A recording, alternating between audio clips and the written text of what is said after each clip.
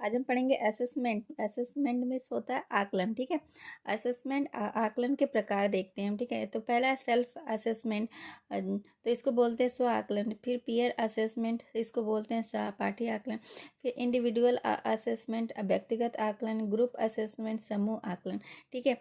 और इसमें self assessment में होता क्या है, बच्चा मान लीजिए कोई टेस्ट दिया या कोई कॉपी, कोई चीज़ पढ़ाई की तो उसने खुद लिखा, फिर अपने आप को उसने खुद चेक किया, जांचा कि वो मान लीजिए कोई टेस्ट है तो वो इतने में से इतना कितना पाया, उसने खुद अपने आप को रियलाइज़ किया कि वो मतलब कितना पढ़ लिया, कितना उसने अचीव किया, कितना वो सीखा, कितना नहीं सीखा, तो उसको बोलते हैं सेल्फ असेसमेंट, स्व आकलन, ठीक।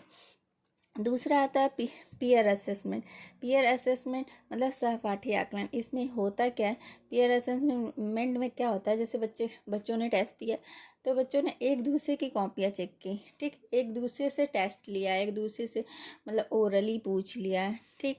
तो इसको बोलते हैं, और उसके बाद उसने उनका फीडबैक बताया कि तुम्हारे इतने में से इतने इतने हैं, ठीक। तो इसको बोलते हैं पीयर असेसमेंट, सहपाठी आकलन।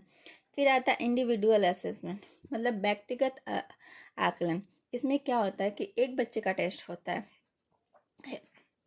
जैसे मान लीजिए एक बच्चे का टेस्ट होता है तो एक बच्चे का मतलब जैसे इंटरव्यू वगैरह होता है, किसी बच्चे का कहीं किसी जैसे बच्चों का इंटरव्यू होता है, जॉब इंटरव्यू होता है, या छोटे बच्चों का प्रैक्टिकल वगैरह जो होता है, तो उसको बोलते हैं, जैसे इंटरव्यू हुआ तो जो इंटरव्यू जो टेस्ट दिया तो एक बच्चे का हुआ ना, एक बच्चा जाके अपना इंटरव्यू दिया, तो इसको बोलेंगे इंडिविजुअल असेसमेंट, व्यक्तिगत आकलन, ठीक।